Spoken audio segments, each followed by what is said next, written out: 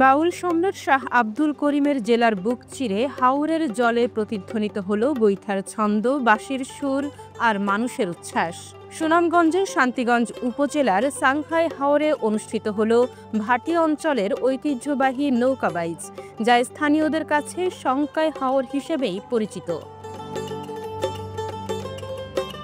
হাওরের বিস্তীর্ণ জলরাশিকে ঘিরে যেন এক গ্রাম বাংলার প্রাণীর উৎসব। প্রতিযোগিতায় অংশ নেয় মোট 10টি নৌকা। প্রতিযোগিতা শেষে প্রথম স্থান অধিকার করে স্বপ্নের তরী 1, দ্বিতীয় হয় স্বপ্নের তরী 2 আর তৃতীয় স্থান দখল করে নগর পবন নামের দল।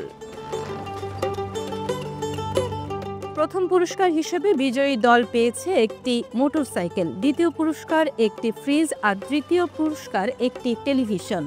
পুরস্কারগুলো প্রদান করেন যুক্তরাজ্য প্রবাসী ও স্থানীয় সংস্কৃতিপ্রেমী আবুল হোসেন, যিনি এই আয়োজনের অন্যতম পৃষ্ঠপোষক।